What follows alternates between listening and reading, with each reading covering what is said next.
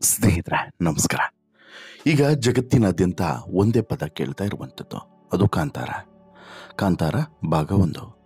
ಕಾಂತಾರ ಸಿನಿಮಾದಲ್ಲಿರುವಂತಹ ಪ್ರತಿಯೊಂದು ಪಾತ್ರವೂ ಕೂಡ ಇವತ್ತಿಗೂ ಕೂಡ ಜನಮಾನಸದಲ್ಲಿ ಹಾಸುಹೊಕ್ಕಾಗಿ ಉಳಿದಿದೆ. ಇವತ್ತಿಗೆ ಸಿನಿಮಾ ರಿಲೀಸ್ ಆಗಿ 1 ವಾರ ಕಳೆದರೂ ಕೂಡ ಈ ಕಾಂತಾರದ ಹವಾ ಸ್ವಲ್ಪವೂ ಕೂಡ ಕಡಿಮೆ ಆಗಿಲ್ಲ ಅನ್ನೋದು ವಿಶೇಷ. ಕಾಂತಾರ ಸಿನಿಮಾಕ್ಕೆ ಇವತ್ತಿಗೂ ಕೂಡ ಅದೇ ರೀತಿಯಾದಂತಹ ಜನದಟ್ಟಣೆ ಎಲ್ಲ ಕಡೆಯೂ ಕೂಡ ಕಂಡು ಬರ್ತಾ ಇದೆ. ಹಾಗೆಯೇ ಕಾಂತಾರ ಸಿನಿಮಾವನ್ನು ನೋಡಿದಂತಹ ಪ್ರತಿಯೊಬ್ಬರಿಗೂ ಕೂಡ ಅಲ್ಲಿರುವಂಥ ಪ್ರತಿಯೊಂದು ಪಾತ್ರವೂ ಕೂಡ ಕಾಡದೇ ಇರಲಾರದು. ರಾತ್ರಿ ಮಲಗಿದಾಗಲೂ ಕೂಡ ಆ ಪಾತ್ರಗಳು ನಿಮ್ಮನ್ನು ಒಂದು ರೀತಿಯಲ್ಲಿ ದಿಗ್ಭ್ರಮೆಗೊಳಿಸ್ತವೆ. ಅಂಥ ಪಾತ್ರಗಳೇ, ಒಂದೊಂದು ಪಾತ್ರಕ್ಕೂ ಕೂಡ ಅಂಥ ಶಕ್ತಿ ಇದೆ. ಅಂತಹದ್ದೇ ಒಂದು ವಿಶೇಷ ಪಾತ್ರ ಕಾಂತಾರ ಸಿನಿಮಾದಲ್ಲಿ ಬರುವಂಥದ್ದು ಕುಲಶೇಖರ ಅನ್ನುವಂತಹ ಪಾತ್ರ, ರಾಜನ ಮಗನ ಪಾತ್ರ. ಈ ಪಾತ್ರ ಒಂದು ರೀತಿಯಲ್ಲಿ ವಿಚಿತ್ರವಾದಂತಹ ವಿಶೇಷವಾದಂತಹ ಪಾತ್ರ ಅಂತಲೇ ಹೇಳ್ಬೋದು. ತುಂಬ ಗಂಭೀರವೂ ಅಲ್ಲ, ತುಂಬ ಹಾಸ್ಯಭರಿತವೂ ಅಲ್ಲ, ಒಂದು ರೀತಿಯಾದಂಥ ವಿಶಿಷ್ಟವಾದಂಥ ಪಾತ್ರ. ಈ ಪಾತ್ರಕ್ಕೆ ಸೂಕ್ತವಾದಂಥ ವ್ಯಕ್ತಿ ಅಂತೇಳಿ ಅನಿಸೋದು ಮತ್ತು ಆ ಪಾತ್ರಕ್ಕೆ ತೂಕವನ್ನು ತುಂಬಿದಂತಹ ವ್ಯಕ್ತಿ ಯಾರು ಅಂತೇಳಿ ಹುಡುಕ್ತಾ ಹೋದಾಗ ಅವರು ನಮ್ಮ ಕನ್ನಡದವರೇ ಅನ್ನುವಂಥದ್ದು ವಿಶೇಷ. ಆದರೆ ಈ ವ್ಯಕ್ತಿಯ ಪರಿಚಯ ನಿಮಗೆ ಇದ್ದಂತಿಲ್ಲ, ನೀವು ಈ ವ್ಯಕ್ತಿಯನ್ನು ನೋಡಿರೋದಕ್ಕೂ ಕೂಡ ಸಾಧ್ಯವಿಲ್ಲ. ಒಂದು ರೀತಿಯಲ್ಲಿ ಕಾಂತಾರ ಸಿನಿಮಾದ ವಿಲನ್ ಕೂಡ ಹೌದು, ಹಾಗೆಯೇ ಮತ್ತೊಂದು ರೀತಿಯಲ್ಲಿ ಕಾಂತಾರ ಸಿನಿಮಾದ ಪ್ರಮುಖ ಪಿಲ್ಲರ್ ಕೂಡ ಹೌದು. ಆತನೇ ಗುಲ್ಷನ್ ದೇವಯ್ಯ.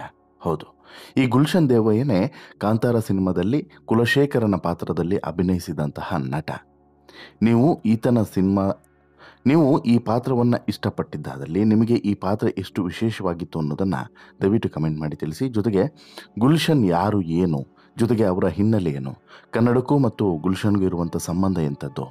ಇನ್ನೂ ವಿಚಿತ್ರ ಏನು ಅಂತ ಹೇಳಿದ್ರೆ, ಹೆಂಡತಿಗೆ ಡಿವೋರ್ಸನ್ನು ಕೊಟ್ಟು ಬಳಿಕ ಅವಳ ಜೊತೆನೇ ಡೇಟಿಂಗನ್ನು ಮಾಡ್ತಿರುವಂಥ ಪುಣ್ಯಾತ್ಮ ಈ ಗುಲ್ಷನ್. ಹಾಗಾದರೆ ಈತನ ಲೈಫ್ ಸ್ಟೈಲ್ ಎಂಥ ವಿಚಿತ್ರವಾದದ್ದು.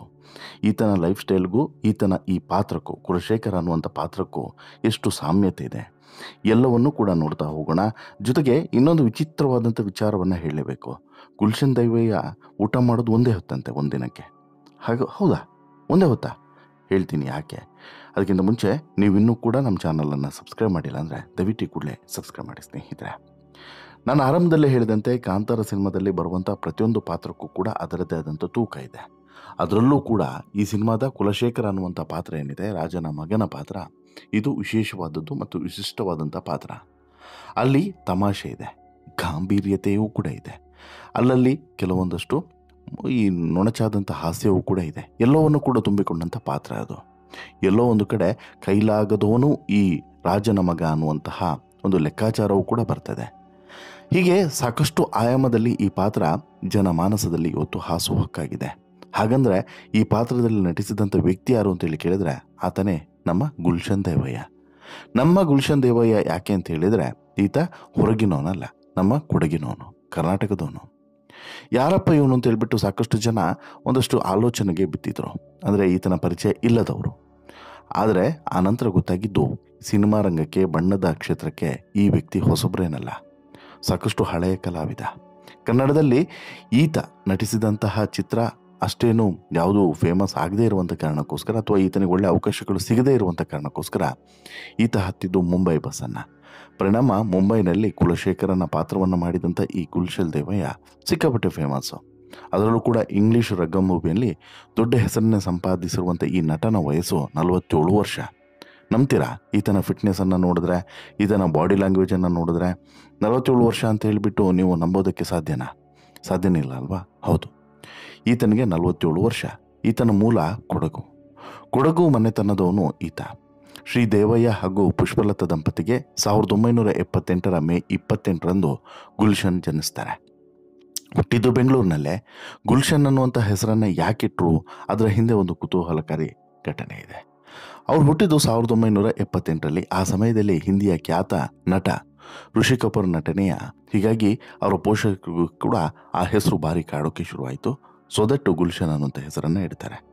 ಬಹಳ ಕಾಲದವರೆಗೆ ಅವರ ಹೆಸರಿನ ಮುಂದೆ ಯಾವುದೇ ಸರ್ನೇಮ್ ಕೂಡ ಇರಲಿಲ್ಲ. ಆದರೆ ಪಾಸ್ಪೋರ್ಟ್ ಹಾಗೂ ವೀಸಾದ ದಾಖಲೆಗೋಸ್ಕರ ಅವರ ತಂದೆಯ ಹೆಸರಾದಂತಹ ದೇವಯ್ಯ ಅನ್ನುವಂಥ ಹೆಸರನ್ನೇ ಸರ್ನೇಮ್ ಆಗಿ ಇಟ್ಕೊಳ್ತಾರೆ.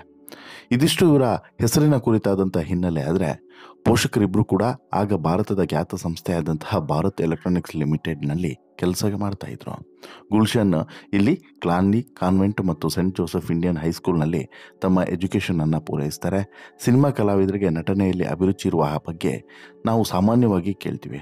ಹಾಗೆ ವ್ಯತಿರಿಕ್ತ ಅನ್ನೋ ರೀತಿಯಲ್ಲಿ ಈತನಿಗೆ ಇದ್ದಿದ್ದು ಫ್ಯಾಷನ್ ಡಿಸೈನ್ನಲ್ಲಿ ಹೆಚ್ಚು ಆಸಕ್ತಿ. ಈತನಿಗೆ ಆ್ಯಕ್ಟಿಂಗ್ನಲ್ಲಿ ಅಂಥದ್ದೇನು ಆಸಕ್ತಿ ಇರಲಿಲ್ಲ. ಫ್ಯಾಷನ್ ಡಿಸೈನಿಂಗ್ ಬಗ್ಗೆ ಸಿಕ್ಕಾಪಟ್ಟೆ ಆಸಕ್ತಿ ಇತ್ತು. ಪರಿಣಾಮ ಈತ ದೆಹಲಿಯ ಖ್ಯಾತ ಫ್ಯಾಷನ್ ಡಿಸೈನಿಂಗ್ ತರಬೇತಿ ಕೇಂದ್ರವಾದಂತಹ ನ್ಯಾಷನಲ್ ಇನ್ಸ್ಟಿಟ್ಯೂಟ್ ಆಫ್ ಫ್ಯಾಷನ್ ಟೆಕ್ನಾಲಜಿಯಲ್ಲಿ ತಮ್ಮ ಪದವಿಯನ್ನು ಪೂರ್ಣಗೊಳಿಸ್ತಾರೆ.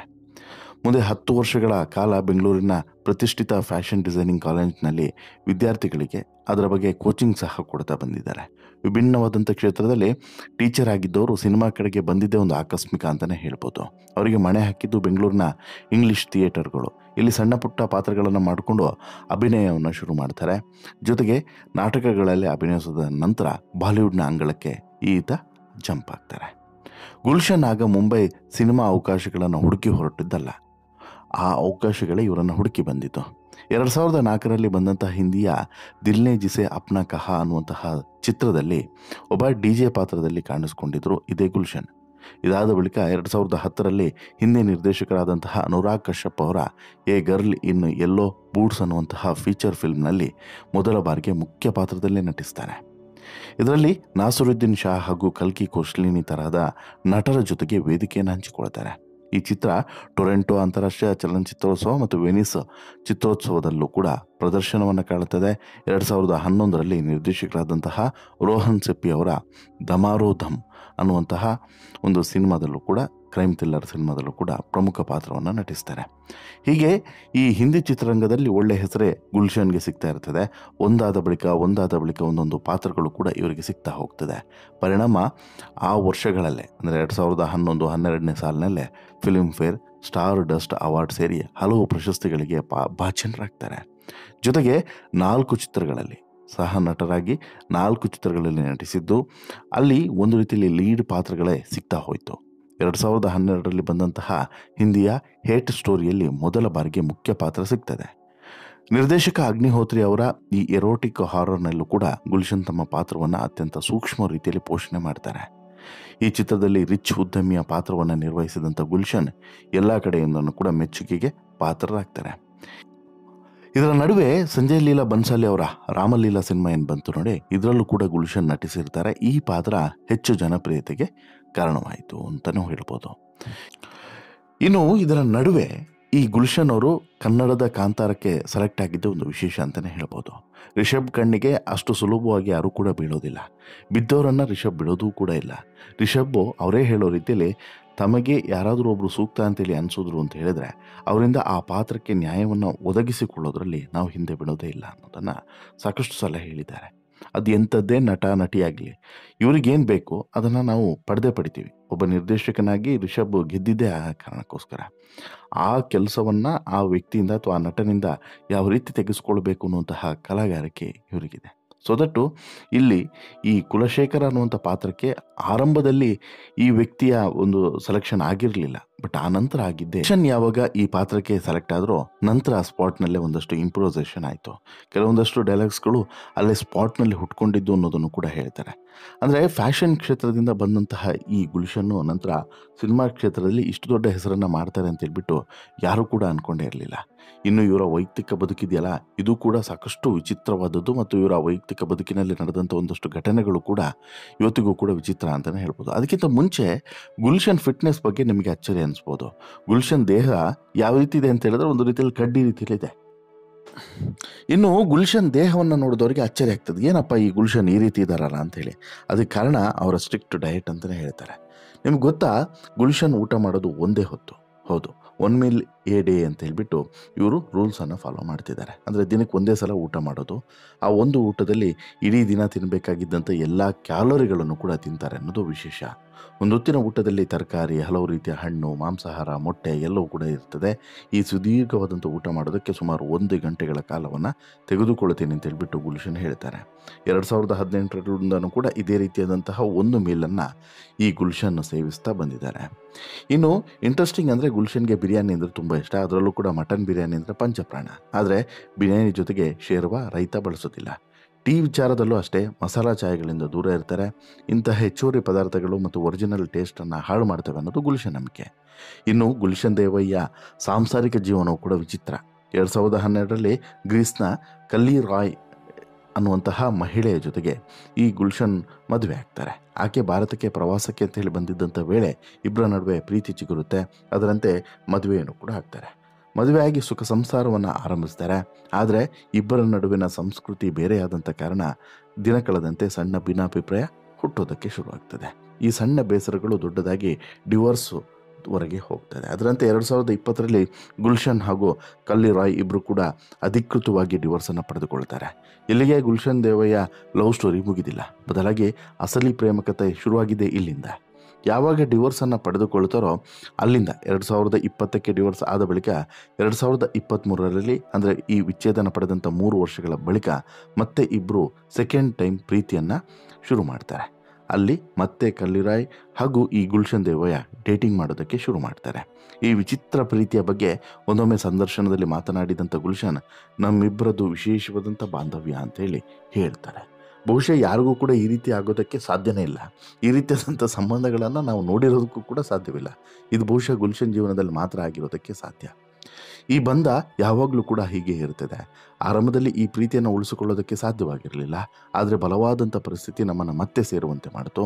ಇದರ ಜೊತೆಗೆ ನಮ್ಮ ಮಾಜಿ ಪತಿಯೊಂದಿಗೆ ಡೇಟಿಂಗ್ ಮಾಡ್ತಿರೋದನ್ನು ಒಪ್ಪಿಕೊಂಡಿದ್ರು ಕೂಡ. ಈಗಲೂ ಕೂಡ ಕಲ್ಲಿರಾಯ್ ಮತ್ತು ಗುಲ್ಶನ್ ಪ್ರತ್ಯೇಕವಾಗಿಯೇ ಇದ್ದಾರೆ, ಆದರೆ ಪ್ರೀತಿಯಲ್ಲಿ ಒಂದಾಗಿದ್ದಾರೆ. ಇನ್ನು ಬಾಲಿವುಡ್ನಲ್ಲೂ ಕೂಡ ಈಗಲೂ ಸಾಕಷ್ಟು ಅವಕಾಶಗಳನ್ನು ಈ ಗುಲ್ಶನ್ ಪಡೀತಿದ್ದಾರೆ. ಬಹುಶಃ ಕಾಂತಾರದ ನಂತರ ಈ ಕನ್ನಡದಲ್ಲೂ ಕೂಡ ಗುಲ್ಶನ್ಗೆ ಅವಕಾಶಗಳು ಹೆಚ್ಚುತ್ತೆ ಅನ್ನೋದರಲ್ಲಿ ಎರಡನೇ ಮಾತೇ ಇಲ್ಲ. ನೋಡೋಣ, ಈಗ ಕುಲಶೇಖರ ಅನ್ನುವಂಥ ಪಾತ್ರದ ಮೂಲಕ ವೀಕ್ಷಕರ ಹೃದಯವನ್ನು ಗೆದ್ದಿರುವಂಥ ಗುಲ್ಶನ್ಗೆ ಕನ್ನಡಿಗರು ಎಷ್ಟೆಲ್ಲ ಅವಕಾಶಗಳನ್ನು ಮಾಡಿಕೊಡ್ತಾರೆ ಕಾದು ನೋಡಬೇಕು. ನಿಮಗೇನು ಅನಿಸುತ್ತೆ ಸ್ನೇಹಿತರೆ? ಗುಲ್ಶನ್ ಬಗ್ಗೆ ತಿಳಿದುಕೊಂಡಾಗ ನಿಮಗೆ ಗುಲ್ಶನ್ ನಟಿಸಿದಂಥ ಕುಲಶೇಖರ ಪಾತ್ರದ ಬಗ್ಗೆ ಮತ್ತು ಕುಲಶೇಖರನ ಅಭಿನಯದ ಬಗ್ಗೆ ನಿಮ್ಮ ಅಭಿಪ್ರಾಯ ಏನು? ದಯವಿಟ್ಟು ನಿಮ್ಮ ಅಭಿಪ್ರಾಯನ ಕಮೆಂಟ್ ಮಾಡಿ ತಿಳಿಸಿ. ಜೊತೆಗೆ ಈ ಸ್ಟೋರಿ ಇಷ್ಟ ಆಯಿತು ಅಂತ ಹೇಳಿದ್ರೆ ಲೈಕ್ ಮಾಡಿ, ಶೇರ್ ಮಾಡಿ, ಚಾನಲ್ಗೆ ಸಬ್ಸ್ಕ್ರೈಬ್ ಆಗೋದನ್ನು ಮರಿಬೇಡಿ. ಧನ್ಯವಾದ.